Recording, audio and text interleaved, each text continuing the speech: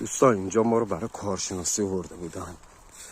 عرضم به خدمتتون که اینجا رو میبینید، اینجا به ما گفتن یه تپه باستانی مهمه.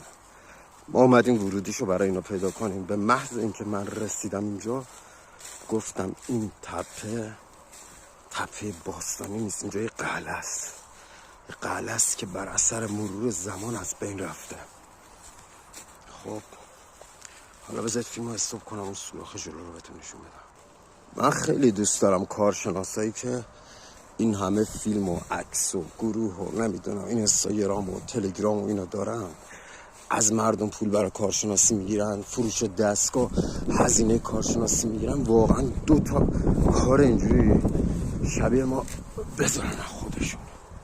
میبینید نفوذ کرده رفته تو. خب سنگچینا رو میبینید، اینا دیوارهای بوده که وجود داشت.